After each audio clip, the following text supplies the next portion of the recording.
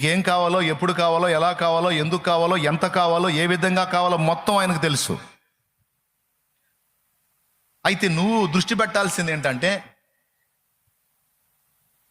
నీ సమస్యల మీద నువ్వు దృష్టి పెట్టొద్దు. ఉంటాయి, నా కళ్ళ ముందు ఉన్నాయి, నేను అనుభవిస్తున్నా, మరి దృష్టి పెట్టకపోతే ఎట్లా? ఓకే, నాకు తెలుసు ఆ సంగతి, అయినా సరే నువ్వు దృష్టి పెట్టొద్దు. నువ్వు దృష్టి పెట్టినంతసేపు అవి ఇంతింత అంతంత కొండల్లాగా మారిపోతాయి తప్ప, అవి నీకు ఇంకా ఎక్కువ సమస్యలకే కారణమవుతాయి తప్ప పరిష్కారాలు కావు. దేవుడు చెప్తున్న చిన్న టెక్నిక్ ఏంటంటే, జస్ట్ దృష్టి మళ్ళించు అంటున్నాడు.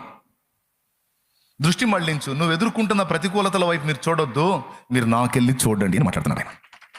నా వైపు చూచి రక్షణ పొందండి, నా యొద్దకు వచ్చి విశ్రాంతి పొందండి, నన్ను విశ్వసించండి అని ప్రభువు మాట్లాడుతున్నాడు. సాతాను దృష్టిని ఏం చేశాడంటే, దేవుని వైపు నుంచి పండు వైపు